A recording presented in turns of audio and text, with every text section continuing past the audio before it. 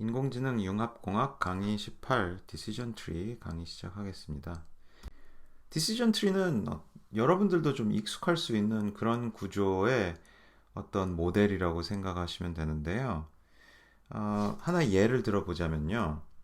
어떤 물건이 있는데 이게 뭔지를 판단하려고 할 때 물건이 들어왔어요. 물건이 왔는데 이게 뭔지를 따져보려고 할 때 들어왔는데 이제 뭔가 어떤 조건을 생각할 거예요. 얘가 혹시 숨을 쉬나? 숨 쉬는지에 따라서 yes, no 이렇게 분류를 할 수 있겠죠. 그러면은 얘가 숨을 쉰다. 얘를 숨을 쉰다고 그러면은 사실은 얘는 생물 뭐 이렇게 생각할 수 있겠죠. 움직이나 생각하면은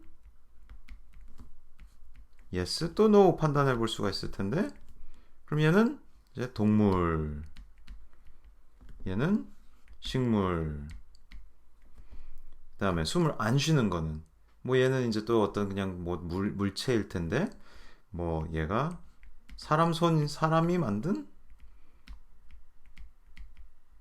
뭐 이런 것도 따져볼 수 있을 거고, 그래서 뭐 인공 구조물, 뭐 자연 물체, 자연적 물체 뭐 이런 식으로 내 이 어떤 여기 이 네모칸 요 위치마다 결정을 내리는 거예요. 결정.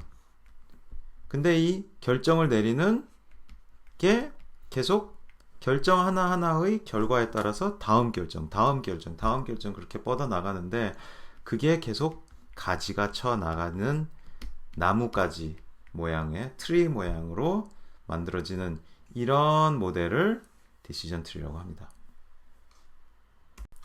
이 트리라는 개념, 얘는 사실은 컴퓨터 공학, 뭐 알고리즘 이런 데서 수학적으로 좀 정립이 되어 있는 개념이에요. 그래서 여기 나와 있는 것처럼 이렇게 어떤 특정한 이런 거를 이제 트리의 버텍스라고 그러는데, 버텍스 어떤 칸 뭐 그런 거라고 생각하시면 돼요. 이 버텍스에서 이렇게 자식 노드라고도 해요. 버텍스 내지 노드. 그래서 부모 노드에서 자식 노드로 진행이 되고 뭐 이런 연결 관계를 갖는 이런 객체들의 연결 관계 그런 걸 다 합쳐서 그래프라고도 하기도 하고요. 컴퓨터 공학, 수학, 이산 수학적인 개념이라고 생각하시면 되는데 이 우리가 평소에 그래프 그린다 하는 그 그래프랑은 다른 개념인 거예요.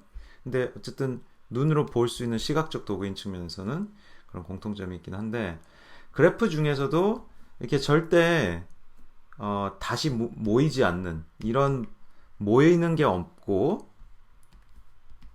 계속 가지가 뻗어 나가고 그리고 회귀하지 않는 것, 다시 돌아오지 않는 루프가 없는 이런 종류의 그래프를 트리라고 합니다. 디시전 트리를 이용하는 또 하나의 예죠. 이번에는 이제 레몬과 오렌지들을 가지고 있고, 레몬은 길이와 너비가 어떤 식이고 오렌지는 길이와 너비가 어떤 식이다 이렇게 어떤 통계를 미리 수립을 해놓으면은 너비를 가지고 yes no냐를 따지고 길이를 가지고 또 yes no냐를 따져가지고 결정을 이렇게 해서 레몬, 뭐 오렌지 이렇게 분류를 시켜주는 클래시피케이션을 시켜주는 그런 어떤 분류기를 만들 수도 있는 거겠죠. 그리고 우리의 문제는 그러면은 이 조건들을 요 디시전을 어떤 종류의 디시전으로 여기에다가 설계를 해 넣을 것이냐 이게 이제 디시전 트리와 관련된 문제가 되는 겁니다. 그래서 방금 같은 경우에는 키와 너비라는 그 연속적인 값을 갖는 attribute 속성 값을 바탕으로 그러니까 데이터 입력의 차원들 각 차원별 의미 속성을 가지고 그런 예시를 들어드렸는데요. 입력 애트리뷰트들이 이산이라면 어떤 예를 생각해 볼 수가 있을까요? 이런 걸 생각해 볼 수가 있습니다. 지금 여기 input 애트리뷰트에 alt, bar, fry, hun 뭐 이런 약어들로 나타나 있는데 얘가 뭐냐면은 alt는 alternate 뭔가 alternative가 있느냐 지금 레스토랑트 얘기가 나와 있죠. 여기 식당을 고를 때에 대한 얘기, 식당을 고르기 위한 어떤 판별 알고리즘 같은 건가 봐요. 근데 그때 애트리뷰트가 일단 대안이 되는 식당이 옆에 있느냐, 바.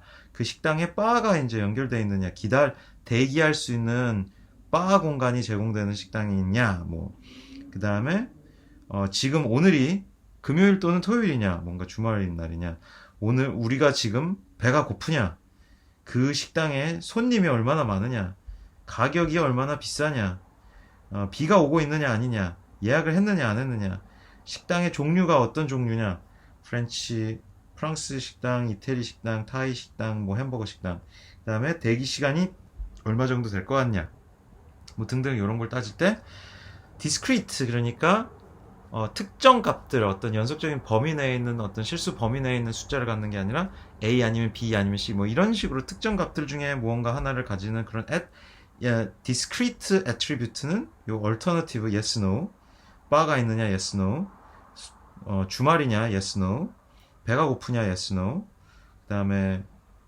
이것도 심지어 손님 수도 이것도 손님 수의 양을 이렇게 몇 개의, 그러니까 조금 아주 가득 차 있다 뭐 이런 식으로, 전혀 없다 이런 식으로 몇 개 클래스 중에 하나로 이산적으로 표현했죠. 가격대도 여기 지금 싸다, 중간이다, 비싸다 이런 식으로 했고, 아무튼 이런 식으로 디스크리트한 그런 애트리뷰트 속성의 샘플 스페이스를 만들어 놓은 그런 예시도 생각을 해볼 수가 있겠습니다. 그래 놓고는 타겟, 최종 결론이 will wait, 대기를 할 것이냐 말 것이냐 이런 걸 판단을 하는 알고리즘에 대한 예시도 제시를 했는데, 그렇듯하죠. 여러분들 디시전 트리 사실 여러분 생각해보면 처음 본 게 아닐 겁니다. 여러분들 디시전 트리 같은 거 인터넷에 돌아다니는 막 각종 요즘 밈이라고 부르죠. 우스개 같은 걸로 사람들이 만들어 놓은 그런 자료 같은 거, 뭐 그런 걸로도, 아니면 성격 테스트 뭐 이런 걸로 그런 걸로 많이 보셨을 거예요. 그래서 아까 방금 봤던 그런 discrete input을 가진 example에 대해서 기다릴지 말지에 대한 decision tree, 일단 손님이 많냐, 손님이 하나도 없다, 그러면 얘는 기다리지 말자. 거기는 어차피 기다릴 필요가 없으니까, 손님이 하나도 없으면. 그래서 false가 되는 거고요. 손님이 조금 있다 그러면은 기다려야 될 것 같다. 손님이 가득 있다 그럼 얼마나 기다려야 될까, wait estimate가. 그리고 사실 여기 아까 none에 대해서는 false라고 되어 있는 게 기다리지 말자 이 얘기, 가지 말자라는 얘기가 될 수도 있겠는데, 빈 식당은 맛없을 것 같으니까 가지 말자 이런 얘기일 수도 있겠죠. 손님이 가득 찬 식당, 뭔가 맛집인가 보다, 가보자. 근데 대기 시간이 얼마냐, 60분보다 길면 아예 됐다, 너무 길다, 기다리지 말자. 30분에서 60분 정도 사이인 것 같다. 그런데 대안이 있느냐, yes, 대안이 만약에 있다면. 근데 주말이다, 주말이면은 주말이 맞다. 야, 주말이 맞으면은 이 정도 기다리는 게 말이 되지. 그냥 어차피 대한식당도 또 기다려야 될 수 있으니까 이 경우에는 기다리자. 주말도 아닌데 뭐 이렇게 손님이 많냐, 대한식당 가면 되지 않을까? 기다리지 말자. 뭐 이런 식으로 판단을 각 사례별로 결정을 하게 되는 게, 다 채워진 게 디시전 트리가 다 학습이 된 거예요. 다 생성이 되어 있는 그런 상황의 예시인 겁니다. 나머지 얘기들도 여러분 한번 다 확인을 해보세요. 이 알고리즘 자체가 합리적인지 아닌지 여러분들 한번 판단을 해보시죠. 그래서 이런 걸 디시전 트리라고 합니다.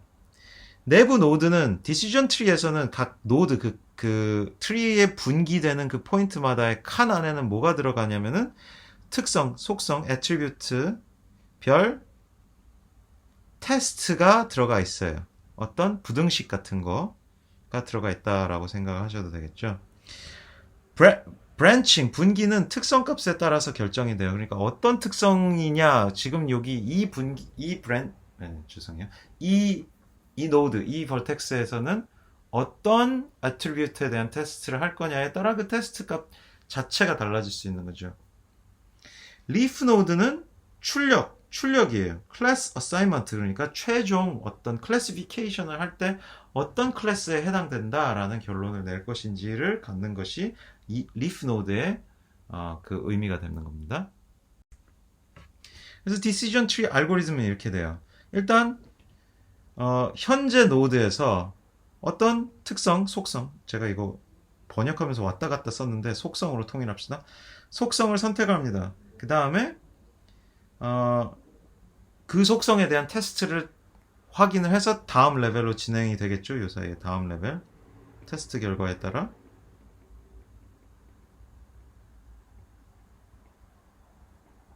다음 레벨 진행.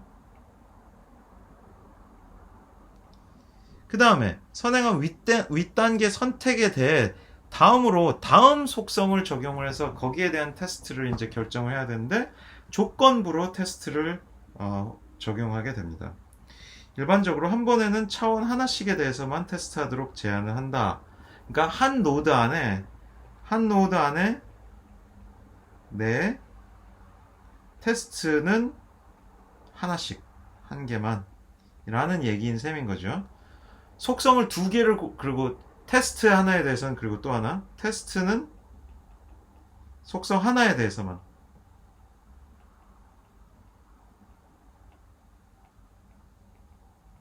만약에 속성을 두 개를 골라서 이거는 이거 and 저거 and 뭐 이런 식으로 하면 사실은 테스트가 두 개가 혼합되어 있는 셈이라고 봐도 되긴 하죠. 그러니까 그걸 다 분류를 하면 사실은 하나의 테스트는 하나의 속성에 대한 것만 되는 셈이라서 그렇게 하겠다라는 얘기예요. 가장 좀 단순하게 생각하겠다 이런 얘기입니다. 가장 아래 단계에 도달해서 입노드를 통해 이제 출력을 도출한다 이렇게 되고요.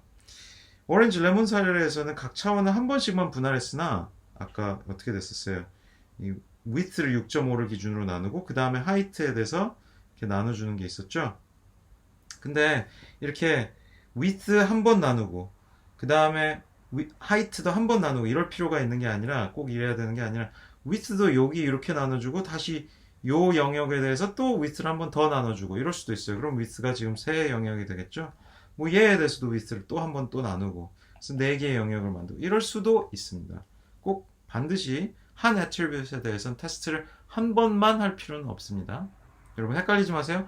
테스트를 할 때에는 한 attribute에 대한 그러니까 오직 단일 attribute에 대한 테스트를 하게 되지만 그렇다고 그래서 한 attribute에 대해서 테스트를 꼭 한 번만 해야 되는 건 아닙니다. 그리고 그것도 사실 방금 말씀드린 것들도 결정하기 나름이에요. 선택하기 나름인데 대체적으로는 그런 규칙들을 따른다 이렇게 생각하시면 되겠습니다. 자, 그래서 디시전 트리를 이용해서 클래시피케이션도 할 수 있고 사실 또 리그레션도 할 수가 있어요. 그래서 그 각각의 경우에 뿌리 노드로부터 각 리프마다의 경로, 그러니까 입력 데이터 이제 새로운 트레이닝 example이 들어올 때 그리고 테스트 데이터가 들어올 때 루트 노드로부터 쭉쭉쭉 경로를 이렇게 이동을 해 가겠죠. 근데 그렇게 경로를 이동을 해 가면서 결국 어떻게 되냐면 이때 어떻게 되냐면요. 인풋 스페이스, 입력 공간에 대한 어떤 특정 영역이 어떤 특정 이 리프 노드에 도달하게 되는 거예요. 아까 말씀드린 레몬, 오렌지 분리하는 구분하는 경우에 이런 식으로 구분을 했잖아요.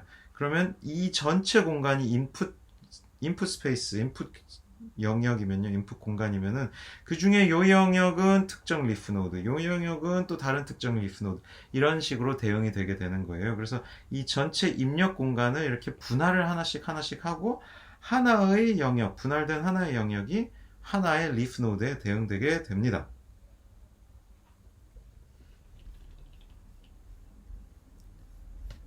잠깐만요. 좀 지울게. 깨끗하게 다시 봅시다. 그래 놓고 제가 방금 설명드린 그래서 특정 영역 RM을 의미한다. 리프마다의 경로는 특정 영역 RM을 의미한다. 이렇게 이건 이해를 했고 RM에 속하는 학습 데이터를 그러니까 이 RM에 대응되는 리프 노드에 도달한 학습 데이터들을 얘네라고 하면 K개의 학습 데이터가 도달을 한 거예요. 클래시피케이션 트리 즉 디시전 트리가 클래시피케이션을 위한 디시전 트리일 경우에는 리프 노드 자체의 리프 노드에 대응되는 출력 자체는 이산 출력입니다. 이 리프 노드 값 ym, 이 결국 출력되는 ym은 대체로 이 리프 노드에 도달한 트레이닝 데이터 example, 아까 예를 들어 제가 오렌지가 7개고 레몬이 1개가 도달했다 이런 예를 들어 드렸었잖아요.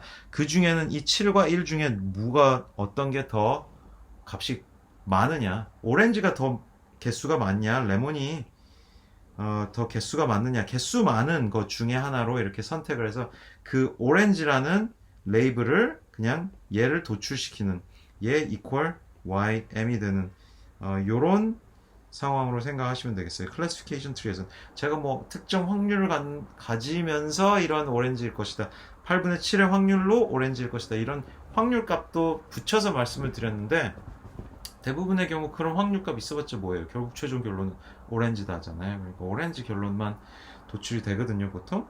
근데 리그레션 트리인 경우에 우리가 이 디시전 트리를 리그레션을 하려고 학습을 한 경우에는 그때에는 뭔가 어떤 평균 값이라든가 제가 말씀드린 8분의 7 뭐 이런 값이 도출됐다고 그러면 뭐 일종의 평균 값스럽잖아요.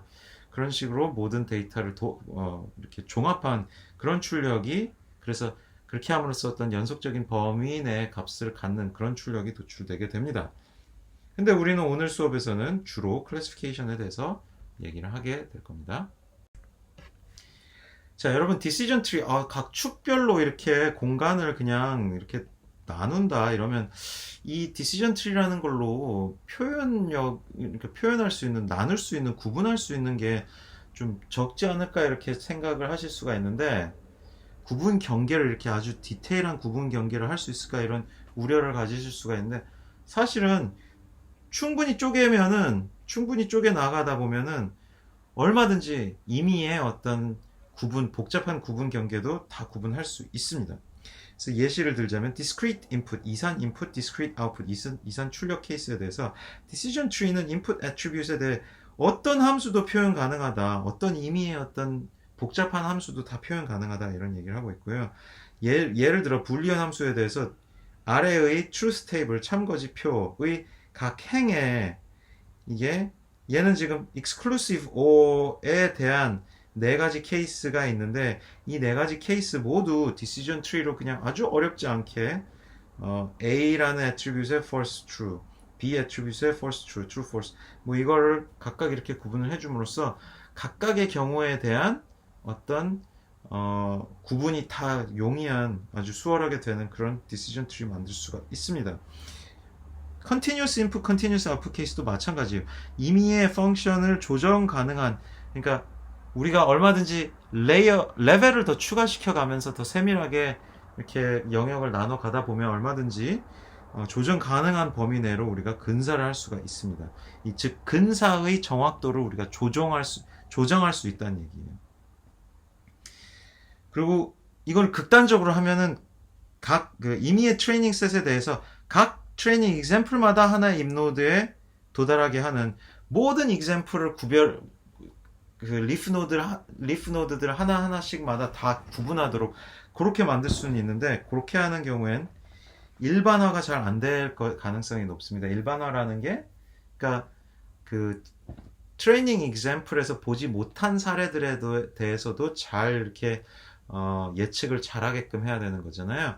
근데 트레이닝 데이터를 하나하나를 다 이렇게 개별 케이스별로 나눠놨다고 그러면은 사실은 그러니까 K-nearest neighbor랑 약간 비스무리해지는 셈인데 그 일반화가 좀 잘 안 될 수도 있습니다.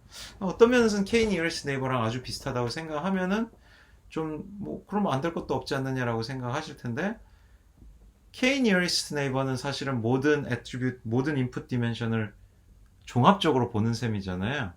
거리를 구함으로써. 근데 decision tree에서는 이거를 각 attribute을 하나씩 개별적으로 보기 때문에 오히려 좀 애매한 그런 느낌이 있습니다.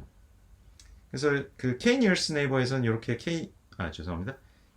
decision tree에서는 K-nearest neighbor처럼 개별 케이스에 대한 개별 트레이닝 example 케이스에 대한 영역을 구분해서 보지는 않고 조금 더 이렇게 좀 뭉텅뭉텅이로 영역들을 이렇게 종합을 이렇게 좀 덩어리를 지게 해서 구별을 하려고 해요. 그래서 말씀드린 대로 이렇게 decision tree의 leaf node가 하나하나 개별 트레이닝 example 하나하나에 대응이 되면 이게 generalize가 잘 안 될 수가 있어요. 그래서 그 leaf node가 너무 많아지지 않도록 좀 더 압축된 그런 decision tree를 학습하기 위해서 regularization을 적용을 합니다. 자, 오늘 강의에서 이제 중요한 내용이요.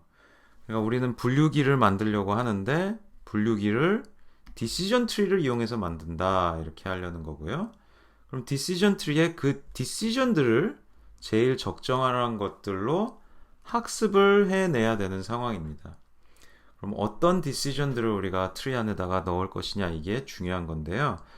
관련된 핵심적인 개념으로 엔트로피와 인포메이션 게인이라는 개념들을 활용을 하게 됩니다. 근데 이 엔트로피는 원래 물리학에서 나오는 개념이고 그런데 여기서는 그 물리학적인 엔트로피라기보다는 정보 이론, 인포메이션 티어리라는 그런 분야의 이 정보 이론은 컴퓨터 공학의 분야라고 봐야 될 것 같아요. 컴퓨터 내지 사실 컴퓨터도 아니죠. 전자 공학, 컴퓨터 공학 쪽의 이론이거든요. 근데 굉장히 사실은 수학적인 이론입니다. 네, 이런 수학적인 이론에서 정의된 이런 엔트로피, 인포메이션 게인 개념들을 활용을 하게 될 거예요. 연관된 얘기들을 조금만 더 설명을 드리자면요. 일단 가장 최적의 디시전 트리를 찾아내는 그런 문제는 소위 NP 컴플리트 문제입니다. NP 컴플리트 문제라는 건 뭐냐면은 이제 일단 트리가 뭔가 있다. 주어져 있는 거는 주어진 거에 대해서는 그거는 얘가 베스트냐 아니냐 이건 판단은 잘해요. 판단은 쉽게 빨라요. 근데 베스트를 찾는 것은 이거는 뭐 거의 불가능한 경우의 수, 수많은 기하급수적인 경우의 수 중에 경우의 수 기하급수적으로 그러니까 엄청나게 많은 그런 경우의 수 중에 최적의 것을 찾을 방법이 따로 없는 최적의 그 객체를 찾을 수 없는 최적의 해라고 할까요? 찾는 어떤 그 이론적인 그 최적화 방법이 없는 그런 상황의 문제를 NP 컴플리트라고 합니다. 그러니까 뭐가 있으면은 이게 베스트냐 아니냐 판단은 쉬운데 근데 베스트를 골라내는 방법은 별도로 없는 다 그냥 일일이 다 모든 경우의 수에 대해서 무조건 다 비교를 해봐야만 베스트를 찾을 수 있는 이런 상황의 문제를 NP 컴플리트 문제라고 하고요. 디시전 트리도 딱 그런 상황인 거예요. 디시전 트리에게 가지가 뻗어나가는 여기 하나마다 디시전을 넣을 수 있는데 디시전의 개수가 이게 커지면서 디시전의 개수도 계속 기하급수적으로 많아지고 어느 디시전을 거기에 대입할 거냐 경우의 수도 엄청나게 많아져요. 그래서 NP 컴플리트 문제는 최적화가 굉장히 어려운 문제입니다. 이걸 다른 말로 NP 하드라고도 약간 연관된 개념인데 엄밀하게 완전히 이거 두 개가 같은 건 아니겠지만 NP 하드라는 명칭도 있어요. 그만큼 뭔가 어려운 뭐 그런 상황에 대한 얘기가 담겨 있습니다. 어쨌든 그러니까 완전한 최적화가 잘 안 돼요. 최적의 해가 잘 발견할 수가 없는 그런 문제라고 보시면 되고요. 그래서 이런 경우는 어떻게 하느냐? greedy heuristic 방식에 의존하게 된다 그렇게 돼 있는데요. 여러분들 혹시 알고리즘 수업 들었으면 거기서 greedy 알고리즘이라는 게 뭔지 설명을 해주는데 greedy 알고리즘이라는 거는 그냥 한 단계마다 그냥 그 현재 상황에서 베스트를 골라내는. 그러니까 예를 들어 지금 이렇게 디시전들이 3개가 골라져 있다. 그럼 그 상황에서 이렇게 여기에 이제 데이터가 요 정도 여기에 해당하는 데이터가 이 정도 있고 여기에 해당하는 데이터가 있는데 우리가 얘만 이제 잘 분류를 해내고 싶다 그러면은 여기서 이거를 잘 나눠주는 그나마 이걸 제일 잘 나눠주는 거 하나만 고르는 거죠. 얘네들은 그냥 고정시킨 상태에서 주어진 상황에서 그냥 그 상황에서 할 수 있는 최선의 다음 어떤 변경사항 이런 거를 이렇게 점진적으로 누적시켜가는 그런 방식의 알고리즘을 그리디 알고리즘이라고 해요. 그래서 그리디 방식에 의존을 해서 보통은 이제 디시전 트리를 학습합니다. 그 그리디 방식의 알고리즘 요약하면 이렇게 되는 거예요. 빈 거로부터 스타트해서 그나마 그래도 하나의 디시전만으로 베스트로 잘 구분해 주는 걸 일단 골라서 디시전을 붙이고 그 다음에 이거를 계속 반복하는 거죠. 그 상황에서 그 다음에 그나마 분류를 제일 잘하는 디시전을 찾고 그렇게. 근데 그걸 매 순간순간의 최적의 판단이었던 게 다 모이고 나면은 뭔가 서로 모순되고 이래가지고 그게 모였더니 베스트가 아닐 수도 있는데 그거는 어쩔 수 없다 이거죠. 여기서 이제 주어진 상황에서 그나마 뭔가 분류를 추가적으로 제일 잘 시켜주는 디시전은 뭐냐? 이걸 판단하는데 아까 말씀드린 엔트로피와 인포메이션 게인을 쓰는데 그게 이제 정보 이론에서 도출된 그런 이론들이다. 이렇게 생각하시면 되겠어요. 정보 이론에 대한 얘기가 이제 나와야 되는데 그 전에 이제 정보 이론이 어떻게 적용이 되느냐의 그 상황을 먼저 좀 전제를 봅시다. 그래서 지금 상황은 good attribute, 그러니까 이 분기점에서 이 속성을 골라가지고 이 속성을 기준으로 데이터들을 구분을 하면은 최종적으로는 그게 어떤 우리가 원하는 클래시피케이션을 잘 하는데 가장 도움이 되는 그런 노드이기를 바라는, 그런 애트리뷰시기를 바라는 거예요. 근데 여기 보면은 자, 이 y가 타겟이고요. true, true, true, true, true, false, false, false가 있습니다. 이 output false, true와 대응이 되는 애트리뷰시, 대응이 더 잘 되는 애트리뷰시 뭔지 보세요. x1일까요? x2일까요? 그래서 x2는 보면은 true, true, false, true, true, true, false, true, true, true, false, false, true, false, false, false 이렇게 돼 있어요. x2를 기준으로 뭔가 x2가 true, false냐를 기준으로 나누면은 그 리프 노드에 보면은 이 두 번째 리프 노드 같은 경우에는 y equal true가 나오는 것도 두 개. 그러니까 트레이닝 데이터 중에 true in 트레이닝 데이터, 최종적으로 true 레이블이 붙는 트레이닝 데이터가 두 개, false 레이블이 붙는 트레이닝 데이터가 두 개. 얘는 첫 번째 노드에서는 3개, 1개 이렇게 되어 있습니다. x1으로 나눌 경우에는 첫 번째 노드에서는 4개, 0개. 이러면은 트레이닝 데이터, 테스트 데이터에서 딱 여기 들어왔다. 지금까지 봤던 트레이닝 데이터들은 여기에 들어온 거는 모두 다 true에 대한 트레이닝 데이터들만 들어왔으니까 테스트 데이터도 여기 들어온 거라면 얘도 아마 true겠네라고 뭔가 우리가 출력을 도출시키는 게 좀 더 자신 있게 도출을 시킬 수가 있겠죠. 그래서 그런 측면에서 생각을 했을 때, 그리고 마찬가지 얘도 마찬가지고 두 번째 노드도 1대 3이죠. 종합적으로 봤을 때는 x2보다는 x1이 뭔가 좋은 좋은 판별 기준 애트리뷰트인 것 같아요. 느낌이 약간 그렇죠. 자신 있게 출력을 도출할 수 있게끔 해주는 그런 애트리뷰트인 것 같죠.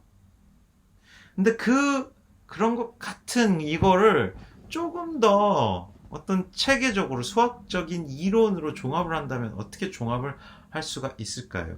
여기서 정보 이론이 등장하게 됩니다. 이 아이디어 자체를 그냥 일단 말로 표현하자면 리프 노드에서 카운트를 통해 확률 분포를 정의해서 불확실성을 측정하자 이렇게 얘기를 하고 있습니다. 확률 분포를 측정하자. 정의해서 측정을 해보자.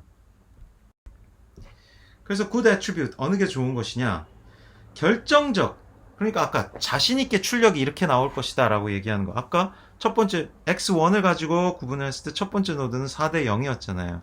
그러니까 그 x1이라는 attribute을 가지고 테스트 인풋을 어떻게 분리를 할 경우에 첫 번째 노드로, 리프 노드로 들어온 경우엔 디터미니스틱하게 자신있게 거기 들어온 노드는 모두 다 트레이닝 데이터, true인 데이터들밖에 안 들어왔잖아. 그러니까 자신있게 얘기를 할 수 있죠. 이런 거는 good, 모두 true or false인 경우. 리프 노드에서 즉 클래스 하나, 리프 노드에 해당하는 트레이닝 example들의 모든 클래스들이 그냥 한 클래스로부터만 온 그런 경우에는 이걸 deterministic이라고 그러고, 이런 게 좋은 리프 노드다 라고 얘기를 할 수가 있겠죠. 정반대로 아까 x2로 구분했을 경우에 두 번째 리프 노드에서는 어땠어요? 2대 2였잖아요. true일 수도 있고 false일 수도 있고, 동일한 어떤 빈도로 true이기도 하고 false이기도 하면은 이거는 true일 수도 있고 false, 균일한 어떤 확률을 갖는다 얘기할 수 있겠죠. 균일 분포, uniform distribution이라고 할 수 있고요. 리프 노드 자체에 모든 케이스가 동일 확률이면 우린 그러면 리프 노드에까지 도달을 했는데 출력을 어떻게 내야 될지 모르겠어요. 클래시피케이션을 어떻게 해야 될지 판단을 못합니다. 이런 경우에는 bad인 거죠. 둘 사이에서는 디터미니스틱하게 되지는 못하지만은 그렇다고 유니폼은 피하고 싶은데, 그러면은 그 중에서 어느 게 베스트일까요? 그나마 디터미니스틱에 가장 가까운 게 베스트겠죠. 디터미니스틱에 얼마나 가까운지, 유니폼에 얼마나 가까운지 그 정도를 우리가 측정을, 평가를 하려면 어떻게 해야 되느냐? 그런 척도와 관련된 연구로 정보 이론이 결과를 뭔가 제시를 해줍니다. 그런 해당 개념을 제시를 해줘요. 자, 그래서 정보 이론의 개념을 보기 전에 또 어떤 사례를 봅시다. 동전 두 개를 열심히 던졌어요. 그러니까 한 동전 가지고 시퀀스, 열심히 던진 시퀀스가 1번 시퀀스, 두 번째 동전 가지고 던진 시퀀스가 두 번째 시퀀스가 됩니다. 자, 첫 번째 시퀀스는 0이 훨씬 많아요. 첫 번째 시퀀스에서는 0이 16개고, 뭔가 0 부분에 해당하는 그, 동전의 뒷면이 0이라고 친다면 뒷면에 뭔가 무거운 게 붙어 있나 봐요. 든, 아니면 첫 번째 시퀀스는 동전이 아니라 윷 같은 거였나 보죠. 뭔가 면이 균일하지 않은 그런 16대 2로 나오게 됐고, 두 번째 시퀀스는 0과 1이 8대 10으로 나왔다고 칩시다. 얘가 더 유니폼에 근접하고 얘가 더 디터미니스틱에 근접하다. 그건 알겠죠? 근데 디터미니스틱에 근접한 정도, 유니폼에 근접한 정도, 이거를 정확한 수치로 우리가 어떻게 표현할 것인지 그 이론을 만들 수가 있습니다. 그래서 불확실성이라는 걸 정량화하는 엔트로피라는 개념을 정보이론에서는 제시를 합니다. 이 엔트로피라는 개념에는 지금 px 곱하기 log 2px라는 요 값이 들어가 있고, 이 값을 모든 x에 대해서 다 더해주는데, px는 뭔지 봅시다. px는, 그러니까 x는 뭐냐면요, 지금 같은 경우에는 0 아니면 1인 겁니다. 즉, 이 x라는 랜덤 변수의 샘플 스페이스가 이렇게 되는 거고, 이 샘플 스페이스마다의 각 이벤트마다 그때마다의 그러니까 이게 전체 샘플 스페이스가 되는 거고, 이 랜덤 변수의 각 이벤트를 얘기를 하는 거예요. 그래서 전체 샘플마다 모든 가능한 이벤트 경우의 수마다 그때의 이 px log px를 다 더해줍니다. 근데 마이너스 4로 붙여가지고요. 자, px도 당연히 0과 1 사이의 양수고, 그러니까 log px는 어떻게 돼요? 로그 함수는 어떻게 돼요? 로그 함수는 요런 함수잖아요. 0과 여기가 1이잖아요. 그러니까 0과 1 사이의 값은, 로그 함수는 0과 1 사이의 값은 음수입니다.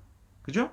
그러니까 그 음수 곱하기 양수에다가 음수를 곱해놨으니까 양수가 등장을 하거든요.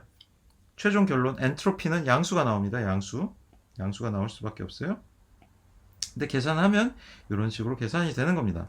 그래서 보니까 방금 봤던 16분의 아니죠, 18분의 16, 그 다음에 18분의 2였죠. 그래서 그게 이퀄 9분의 1, 9분의 8 이렇게 되는 거겠고, 아까 얘는 8대 10이었죠. 18분의 8, 18분의 10 이런 식으로 확률로 우리가 바꿔서 생각을 볼 수 있으면 그걸 약분해서 9분의 8, 9분의 1, 9분의 4, 9분의 5 이렇게 쓸 수 있는데, 걔에 대해서 엔트로피를 계산해 보면은 왼쪽의 경우에는 2분의 1, 오른쪽의 경우에는 거의 1에 근접합니다. 얘가 아까 유니폼에 근접한 경우, 얘가 아까 디터미니스틱에 근접한 경우였죠. 자, 디터미니스틱일 경우엔 얘가 9분의 9였을 경우에, 그리고 얘가 0이었을 경우엔 얘의 항은 날라가죠. 9분의 9, 1 곱하기니까 그 다음에 로그 1밖에 안 남습니다. 로그 1은 얼마예요? 로그 1 나와있죠? 0이에요. 0. 그래서 전체 엔트로피가 디터미니스틱한 경우에 엔트로피 자체가 0이 되어버립니다. 자, 이 경우에 근데 이렇게 제가 이 수식들을 설명을 해드렸는데, 그래서 이 엔트로피라는 값을 가지고 우리가 이 엔트로피의 수열에 새로운 값이 등장할 경우 얼마나 놀라울까, 이렇게 생각을 해보면 얼마나 놀라울까.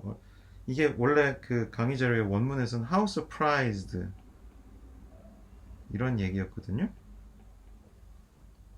근데 여러분, 이게 약간 그 좀 혼동스러운 질문이에요. 혼동되는 질문입니다.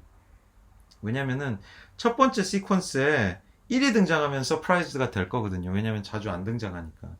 근데 그런 의미가 아니라, 그러니까 가늠을 얼마나 할 수가 있냐, 사실은 얼마나 놀라울까라기보다는 예측할 수 있는, 예측 가능?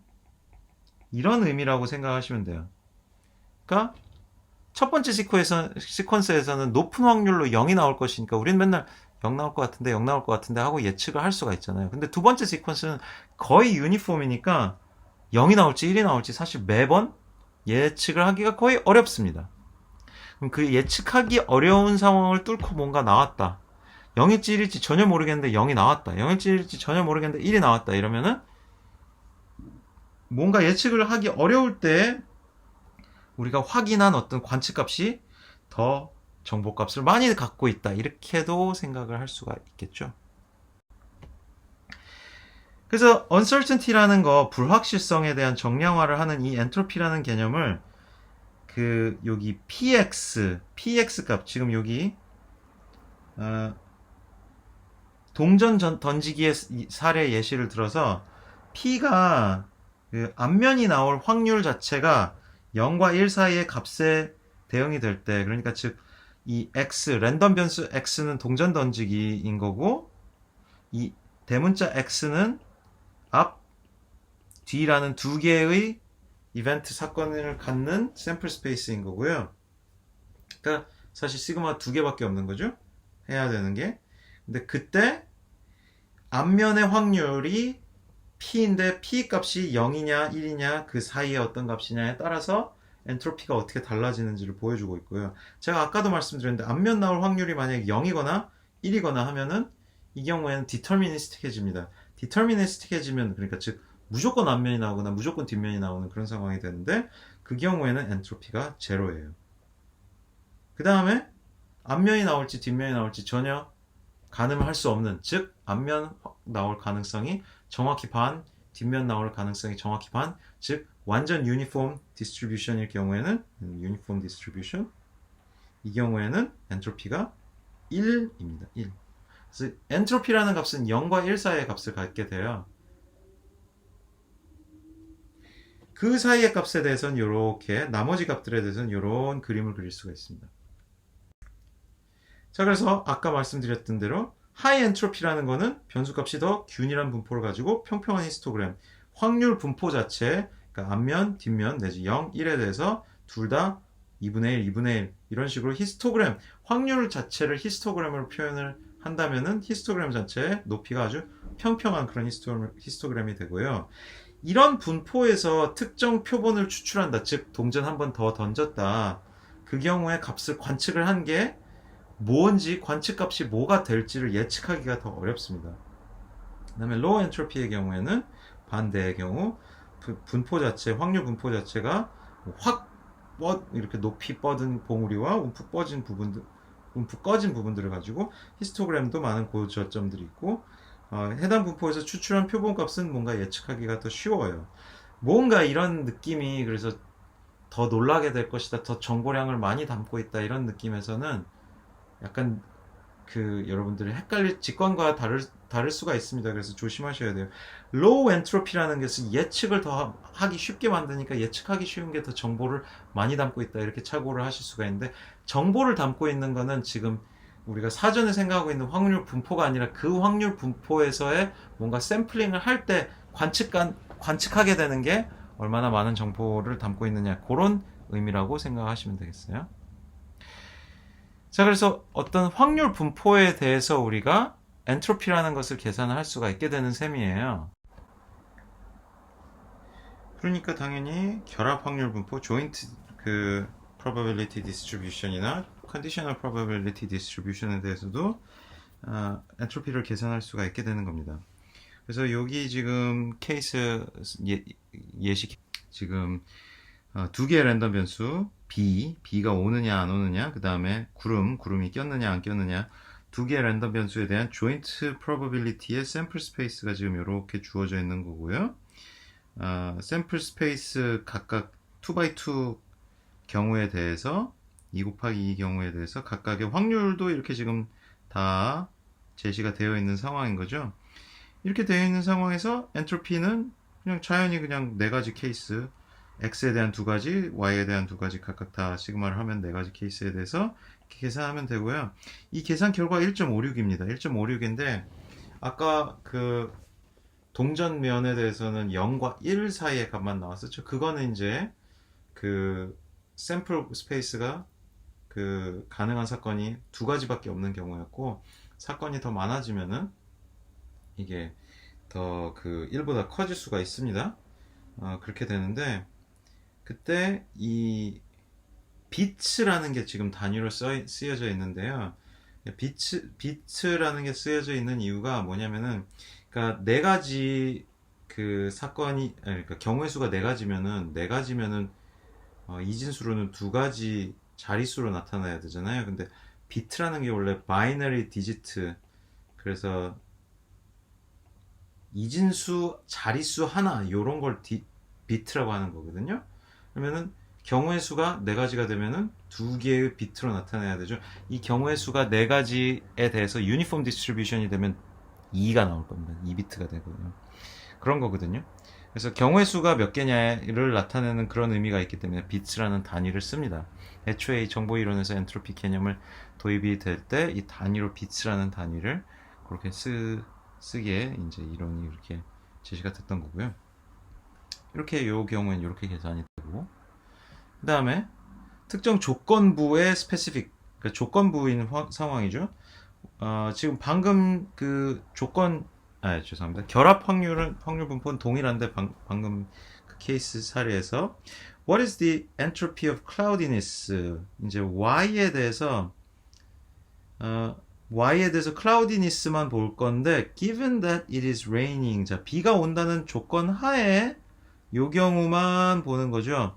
그래서 요 경우만 보면은 조건부 확률이니까 P, Y, X equal raining 이렇게 되는 상황인 거거든요. 얘에 대한 엔트로피를 계산을 하자 이거죠. 그러면 이 조건부 확률을 봐야 되는 거잖아요. 그죠? 이 조건부 확률. 이 조건부 확률인데 얘는 P, Y, X 나누기 P, X equal raining이거든요. 그러니까 지금 X equal raining이라고 여기서도 사실 분자에서도 당연히 raining이 정해져 있어야 되는 상황이고 P, X equal raining 비가 오는 전체의 경우가 어떻게 되는 거예요? 100분의 25잖아요. 그죠? 그러니까 비가 오는 분모에 100분의 25가 들어가 있고 분자에는 y equal cloudy인 경우에는 그러니까 x는 raining, y는 cloudy. 얘의 확률은 100분의 24잖아요. 그죠? 그러니까 100분의 24. 이렇게 돼서 100은 다 서로 약분이 되고 25분의 24.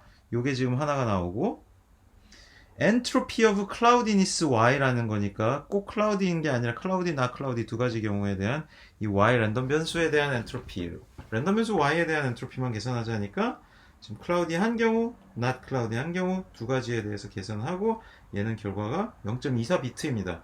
자, 얘는 지금 이제 더 이상 이제 2 곱하기 2의 결합 확률 변수가 확률 분포가 아니라 그냥 cloudy, not cloudy 요거 하나만 남은 상황이니까 y 확률 변수 하나만 남아있고 얘는 경우의 수가 두 개밖에 없으니까 결국 0에서 1비트의 엔트로피 범위를 가질 텐데 24대 1이잖아요. 굉장히 결정론적, 디터미니스틱에 근접한 그런 상황이라서 이 정보량이 엔트로피가 굉장히 낮게 나오는 겁니다.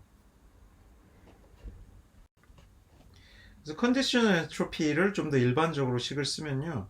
이렇게 쓸 수가 있는데 이게 컨디셔널 엔트로피고요. 컨디셔널 엔트로피라는 것 자체가 여기 이 엔트로피 자체가 이제 식 안에 대입이 되는 그런 방식으로 이렇게 쓸 수 있습니다. 그냥 식을 외우시면 되는데 여기서 이제 유도가 된다 이렇게 생각을 하셔도 되고요. expected conditional entropy 이렇게 되어 있는데 요 식 자체를 그냥 conditional entropy 이렇게 기억을 그냥 하셔도 되겠습니다. 예시를 보면은 그래서 똑같이 동일한 예에 대해서 비가 오는지 안 오는지에 대한 상황 인식을 바탕으로 클라우디니스의 엔트로피는 어떻게 되는가 이런 얘기인데요. 이제 아까는 specific conditional entropy였죠. 그러니까 조금 전에 봤던 거는 특정 비가 온다라는 그런 전제하에 대한 거였고 그냥 일반적인 컨디셔널 엔트로피라는 거는 그래서 이번엔 반대예요. 그래서 raining이라는 거에 대해서 is raining과 not raining이라는 거 자체가 조건이 두 가지 조건이 있는 거고 그 두 가지 조건에 대해서 각각의 그 클라우디에 대한 엔트로피가 다릅니다. 자, 여기 지금 그러니까 어, 아까 조금 전에 봤던 얘가 이제 is raining인 거잖아요. is raining에서의 cloudy에 대한 엔트로피가 있었잖아요. specific 엔트로피였죠. 그래서 얘가 아까 25분의 24 곱하기 로그 2 25분의 24 그 다음에 마이너스 25분의 1 곱하기 로그 2 25분의 1 얘가 이제 H cloudy is raining 이거였잖아요. 근데 요거에다가 그 다음에 H cloudy not raining 반대의 경우에 대해서 그래서 아까 요거에 대해서 했었고 이제 요거에 대해서 하고 두 가지 경우에 대한 엔트로피를 계산을 하고요. 그러면은 이게 모든 종류의 X에 대한 조건부의 엔트로피가 되는 거죠. 모든 X 사건에 대한 각각의 Y의 엔트로피가 되는 건데 걔네 두 개를 가중평균을 해준다 이렇게 생각하면 되겠습니다. 가중평균을 하는데 이 가중치가 뭐냐? px 그러니까 not raining이라는 조건의 확률 그 다음에 is raining이라는 조건의 확률 이 아까 is raining이라는 건 100분의 25였고 not raining이라는 건 100분의 75니까 4분의 3을 이 not raining 조건에 대한 엔트로피에다가 곱해주고 4분의 1을 is raining 조건에 대한 cloudy 엔트로피로 곱해주어서 이런 방식으로 종합적인 컨디셔널 엔트로피라는 것을 계산할 수가 있습니다. 조금 전에 우리 지나갔던 그 슬라이드에서의 그 수식이 결국 이런 사례로 예시로 구체적으로 이렇게 계산된다라는 그런 연결고리를 잘 기억을 하시면 그 수식을 다시 보실 때 이 의미를 잘 이해하실 수 있을 거예요. 그래서 컨디셔널 엔트로피라는 것도 중요한데 이 유용한 속성이 있습니다. H는 언제나 non 네거티브 이거는 컨디셔널 모든 엔트로피에 대해서 사실 다 적용이 되는 거고요. 그 다음에 체인 룰이 적용이 된다. 컨디셔널 엔트로피라는 것과 그 다음에 이 joint probability 엔트로피라는 것에 이런 그 뭐죠? 저희 확률 분포를 계산할 때는 pxy equal px 바 y 곱하기 py 이렇게 됐었잖아요. 근데 체인 룰의 경우에는 로그가 곱해지고 그런 게 있잖아요. 죄송합니다. 엔트로피의 경우에는 로그가 곱해지고 그런 게 있잖아요. 그래서 곱셈이 덧셈으로 바뀝니다. 엔트로피에서는 그런 속성이 있다는 것을 기억하시고요. x와 y가 독립이면은 x는 y에 대해서 아무런 정보를 주지 않으므로 조건부에 대한 거를 고려를 전혀 안 하셔도 됩니다. 그냥 조건을 다 날려버리면 되는 거고요. 조건이 자기 자신 지금 보는 거랑 똑같으면은 모든 걸 알려주니까 엔트로피 자체가 0이라는 걸 알게 되고요. x를 알게 됨으로써 y에 대한 불확실성은 줄어들게만 된다. 요 얘기. 요게 그나마 제일 좀 유용한 속성인데 나머지는 뭐 얘네들은 일반 엔트로피에 다 적용이 되는 그런 거. 아무튼 요게 좀 기억할 만한 건데 조건이 들어가면서 어떻게 돼요? 경우의 수가 어떻게 됐어요? 아까 결합 확률 변수에서는 조건이 4개였고 그 다음에 죄송합니다. 사건이 4개였고 그 다음에 그냥 그 뭐죠? 그 랜덤 변수가 딱 하나만 있을 때에는 경우의 수가 2개였고 그 다음에 지금 요 조건부인 상황인 거잖아요. 그러니까 경우의 수가 많아지면 많아질수록 뭔가 엔트로피가 늘어날 여지가 가능성이 큰데 지금 이 조건 제시하는 경우에는 불확실성이 더 줄어드는 측면에서 엔트로피가 더 감소하게 됩니다.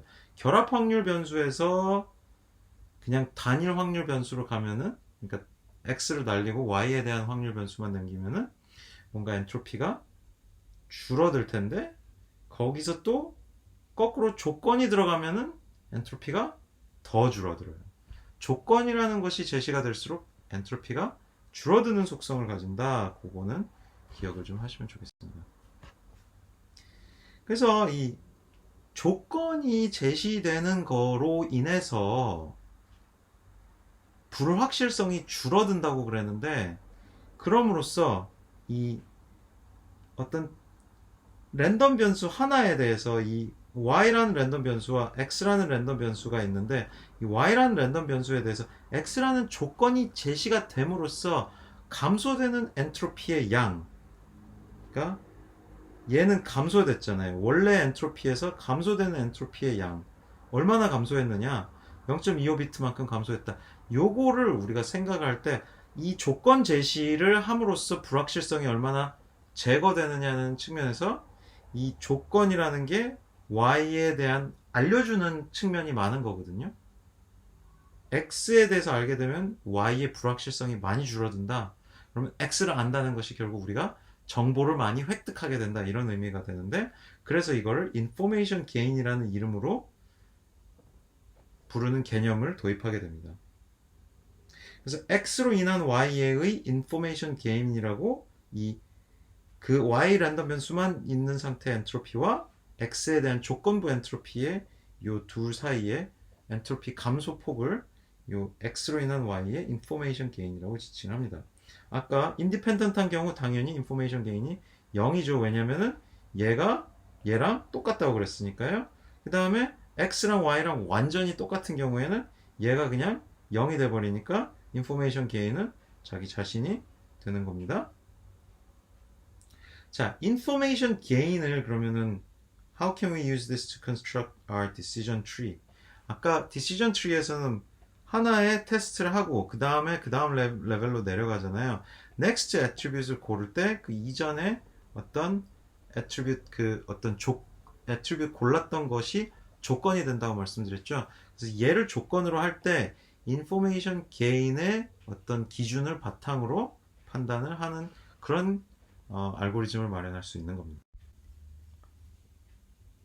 디시전 트리를 생성하면 되는데, 이전에 봤던 거는 그냥 눈대중으로 했던 거라고 합니다. 그래서 인포메이션 게인을 사용하면 이 과정을 자동화하고 좀 더 이론적으로 탄탄하게 최적화된 느낌으로 이제 트리를 생성할 수 있는데, 각 레벨마다 어느 애트리뷰트를 어디서 어떻게 스플릿할지 이 두 가지를 선택을 해야 되는 겁니다. 그래서 그 선택 기준은 인포메이션 게인이 얼마나 많이 있을 것이냐, 최대 게인을 주는 애트리뷰트를 선택하면 되는 거죠. 예를 들어 그 두 개의 그 애트리뷰트가 완전 독립이었다 그러면은, 독립인 경우에는 인포메이션 게인이 전혀 없었잖아요. 그러니까 별 도움이 안 되는 거였죠. 아무튼 인포메이션 게인을 극대화시키는 그런 애트리뷰트를 선택하면 되는 겁니다. 디시전 트리 생성 알고리즘은 그래서 이렇게 됩니다. 간단한 그리디 반복적인 접근 방법이고요. 트리를 각 노드 개별 노드마다 노드별로 이렇게 트리를 생성을 해준다고 합니다. 그래서 non-terminal 노드라는 것, 즉 리프가 아닌 노드에 대해서 일단 스플릿할 애트리뷰트를 선택합니다. 그 선택을 할 때는 인포메이션 게인을 기준으로 선택을 하겠죠. 그래서 attribute value 값에 따라 트레이닝 example을 그룹으로 스플릿 해버립니다. 각 그룹마다 이제 example, 트레이닝 데이터가 한 케이스도 이제 오는 게 없다. 그럼 부모 노드에서 끝내야 되는 거죠. 여기까지는 올 필요도 없어지는 그런 셈인 거고요. 만약에 이제 그 스플릿된 상황에서 스플릿된 그 사례들이 다 동일 클래스에 있는 것들이라면은 걔네 클래스에서 끝내버리면 돼요. 더 스플릿할 필요가 없습니다. 클래스가 하나밖에 없으니까 걔네들이 리프 노드가 되는 거고요. 그게 아니라면, 이도저도 아니라면은 루프 다시 이제 1번으로 가서 걔는 non-terminal 노드가 되어서 다시 또 뭔가 스플릿을 해야 되는 그런 상황이 되는 셈입니다. 그래서 이전에 봤던 식당에서 기다릴 거냐 안 기다릴 거냐, 그 인포메이션 게인을 이용해서 디시전 트리를 계산하는 방법, 생성하는 방법을 볼 수 있겠습니다. 그래서 이제 어느 애트리뷰트를 가지고 우리가 기다릴지 말지에 대해서 생각을 해볼 수가 있겠죠. 기다릴지 말지에 대한 상황을 생각을 해보면은 그냥 이 y가 이제 기다릴지 말지 우리의 그 어떤 결과가 되는 그런 확률 변수라고 생각할 수 있고, 얘는 현재 그냥 2분의 1이라고 다 생각해 볼 수가 있죠. 기다린다 안 기다린다 둘 다 그냥 2분의 1.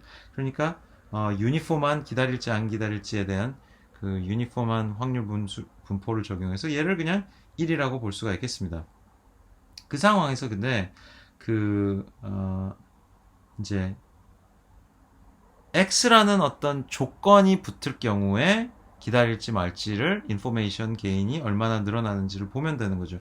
그래서 x로 가능한 지금 두 가지의 어떤 애트리뷰트를 여기 예시를 들어 놓은 게, 하나는 타입, 하나는 손님 수 페이트런입니다. 그리고 그 경우에 지금 기다릴지 안 기다릴지의 이 트레이닝 데이터의 레이블이 붉은색일 경우에는 안 기다린다이고 초록색일 경우에는 기다린다 이렇게 되어 있는데요.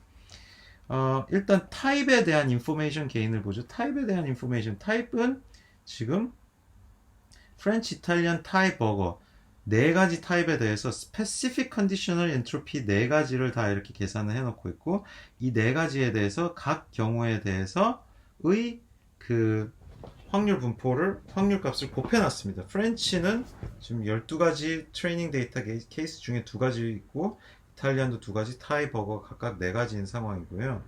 이 상황에 대해서 둘 다 보면은 둘 다래요. 넷 다 보면은 프렌치일 경우에도 기다린다 안 기다린다 하나씩 케이스가 있고 이탈리안에 대해서도 기다린다 안 기다린다 케이스가 하나씩 있고 타이에 대해서도 기다린다 안 기다린다 하나씩 버거에 대해서도 기다린다 안 기다린다 네 가지의 조건 모두에 대해서 여전히 기다린다 안 기다린다는 2분의 1입니다. 기다린다 안 기다린다 2분의 1 2분의 1입니다. 근데 이게 제가 아까 hy는 1이라는 걸 계산했을 때 가정했던 유니폼 디스트리뷰션이랑 똑같거든요. 그러니까 이건 무슨 상황이냐면 타입이랑 기다린다 안 기다린다는 전혀 상관이 없는 인디펜던트한 경우라는 거예요. 인디펜던트한 경우에는 어떻게 됐었어요? 인포메이션 게인이 0이었죠. 그 다음에 페이트론의 경우에는 보면은 손님 수가 넌일 경우에는 그 지금 일단 넌인 경우는 12개 중에 2개 그러니까 12분의 2 썸인 경우에는 12분의 4 풀인 경우에는 12분의 6이었는데 그때에 대해서 12분의 2에 대해서 그 손님이 전혀 없는 경우에 이때의 specific conditional entropy를 여기 생각할 수가 있고 또 그 다음에 sum인 경우에 specific conditional entropy를 계산할 수 있고 그 다음에 full인 경우에 specific conditional entropy를 계산할 수가 있거든요. 그 계산 과정은 여러분들이 해보시면 아시겠죠. 아무튼 none인 경우에는 지금 전부 안 기다린다고 sum인 경우에는 전부 기다린다고 full인 경우에는 둘은 기다리고 넷은 안 기다립니다. 이게 지금 기다린다 안 기다린다인 경우인 거죠. 기다린다 안 기다린다. 지금 확률 분포 각각에 대한 확률 분포를 얘기하고 있는 거고요. 그걸 가지고 이제 엔트로피를 계산을 할 수가 있겠죠. 그래서 그런 얘기를 지금 담고 있는 겁니다. 요게 기다린다 안 기다린다의 경우에 대한 확률 값을 의미를 하는 거죠. 조건부 확률 값일 텐데 스페시픽 조건부 확률 값인데 어쨌든 그 확률 값을 가지고 엔트로피를 계산할 수 있겠죠. 그래서 그걸 다 계산한 걸 가지고 다 값을 내봤더니 인포메이션 게인이 0.541이라고 합니다. 근데 이 엔트로피로 인한 인포메이션 게인이라고 하는 게 결국은 이 애트리뷰트를 집어넣음으로써 기다린다는 애들과 안 기다린다는 애들을 얼마나 잘 구분하냐라는 그런 의미를 담게 된다는 것을 이 사례를 통해서 볼 수가 있습니다. 그래서 그 방금 방식을 통해 타입보단 페이트론이 훨씬 더 인포메이션 게인이 크니까 물론 다른 것도 다 테스트를 해봐야겠지만 뭐 그렇게 해서 생성된 요 트리랑 그다음에 아까 대충 눈대중으로 생성시킨 요 트리랑 뭐가 더 좋아 보이냐 이렇게 물어볼 수가 있겠죠. 아까 페이트론 손님 수만 가지고 하나도 없다 썸이다 이거 경우에는 한 클래스밖에 없었으니까 여기에 얘네들이 그냥 리프 노드가 되어버리는 거거든요. 그 다음에 풀인 경우에는 2대1로 두 케이스와 네 케이스로 확률이 아직도 이제 둘 다 있긴 있었으니까 다시 한번 스플릿을 해주는 거죠. non 터미널 노드가 되는 거였죠. 그래서 헝그리하냐 yes no를 가지고 또 안 헝그리할 경우에는 기다리지 않겠다. 배고프지 않으면 기다리지 않는다라는 그런 게 또 나왔고 yes인 경우에 대해서는 조건이 하나 더 필요했고 또 이런 식으로 아무튼 인포메이션 게인과 아까의 그 재기적 알고리즘을 통해 생성한 요 트리를 보면은 얘는 테스트가 4개가 있고 그 4개의 테스트에 대해서도 빨리빨리 디터미니스틱한 리프 노드들이 굉장히 많죠. 근데 아까 얘는 일단 테스트도 하나, 둘, 셋, 넷, 다섯, 여섯, 일곱, 여덟, 아홉 뭐 테스트도 굉장히 많고 디터미니스틱한 리프 노드도 사실은 더 많아요.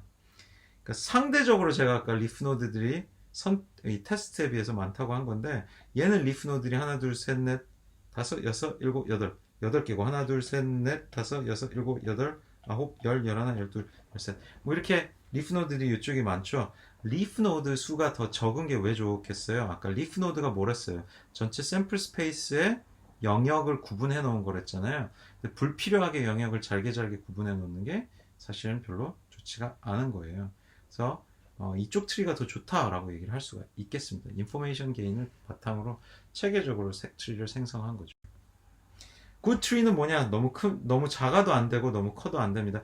그러니까 예를 들자면 아까 인포메이션 게인에서 이게 완전히 디터미니스틱한 리프 노드가 나오기도 전에 그냥 일찍 종료를 해버리면은 이거는 too small이 돼버릴 수가 있죠. 구분을 뭔가 못하는 그런 문제가 생길 수도 있잖아요. 그러니까 그런 건 없어야 돼요. 구분이 필요한 것까지는 다 구분을 해야 됩니다.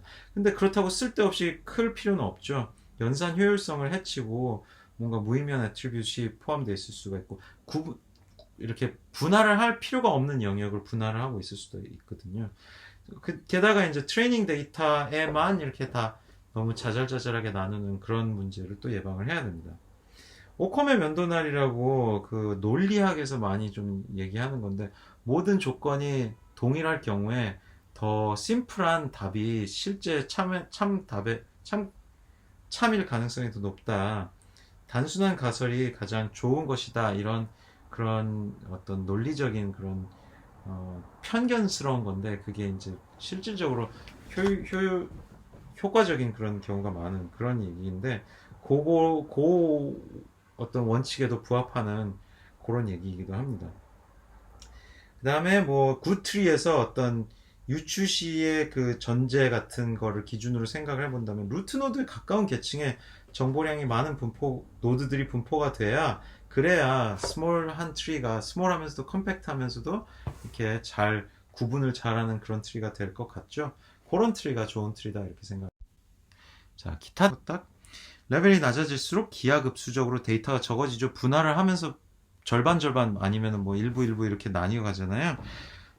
트리가 너무 크면 데이터에 오버핏 될 수 있다. 트리가 너무 크면 쓸데없이 영역을 너무 잘게 분할해서 뭔가 학습 데이터를 하나하나 이렇게 다 구분하는 그런 오버피팅 문제가 생길 수도 있고 그리디 알고리즘이기 때문에 뭔가 전체 최적에 부합하는 게 아닐 수는 있어요. 근데 어차피 전체 최적이라는 걸 구하는 건 NP-hard 문제가 되어서 NP-complete 문제가 되어서 실질적으로 구할 수가 없습니다. 실제 적용에서 생성 과정에 레귤러라이제이션을 적용한다 이런 얘기를 하고 있고 그러니까 너무 분할을 자주 하지 않게 분할하는 것 자체가 일종의 페널티가 주어지게 그런 레귤러라이제이션을 적용한다 이런 얘기입니다. 그리고 디시전 트리는 리얼 밸류 아웃풋 리그레션에도 활용될 수는 있지만은 뭔가 다른 표현 방식이 필요하다 이런 얘기를 아까 앞서 했던 얘기랑 좀 부합한 얘기인데 일단 그건 넘어가겠습니다. K nearest neighbor와 비교했을 때 K nearest neighbor는 부분 decision boundary가 piecewise linear 그러니까 이런 식으로 이렇게 어떤 직선 선분들의 조합으로 구성이 되는데 decision tree도 비슷해요. 근데 이게 축에 대해 정렬된 선분들이 있습니다. 그 다음에 트리 구조인 거고요. K nearest neighbor는 테스트 복잡도가 매우 높습니다. 파라미터가 없는데 모든 트레이닝 example이 어떻게 보면 파라미터스러운 거라고 볼 수 있겠는데 decision tree는 테스트 복잡도가 굉장히 낮아요. 아주 테스트 단에서 아주 효율적입니다. 디시전 트리 테스트 단에서 아주 효율적이라서 실시간으로 동작해야 되는 그런 애플리케이션에 아주 적절한데 엑스박스 자세 추정 알고리즘에 쓰이고 있어요. 엑스박스 자세 추정 알고리즘에 관련된 논문의 이론이 이렇게 되어 있는데 이 부분이 어떤 부분이냐 어깨냐 뭐 가슴 부분 어느 부분이냐에 대한 이런 빠른 판단하는데 디시전 트리를 바탕으로 판단을 합니다. 그래서 이런 바디 파트 클래시피케이션 이런 걸 수많은 트레이닝 익샘플에 대해서 학습을 해가지고 신테틱 학습 데이터에 대해서 학습해가지고 이제 실제 사람에 대해서도 이렇게 잘 부분을 분할하는 그러니까 각 인체 부분을 인식하는 그런 알고리즘을 엑스박스에 적용했다고 합니다.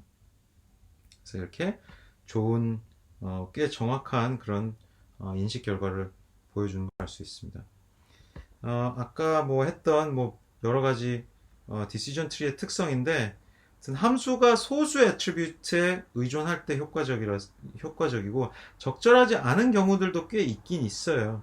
근데 어쨌든 소수의 애트리뷰트만 있는 경우에 대해서 실용적으로 플라이트 시뮬레이터 어떤 랭킹 챌린지 키넥트 포즈 에스티메이션 이런 알고리즘에 실질적으로 애플리케이션이 많이 쓰이고 있습니다. 그래서 디시전 트리에 대한 강의는 여기까지 정리를 하겠습니다.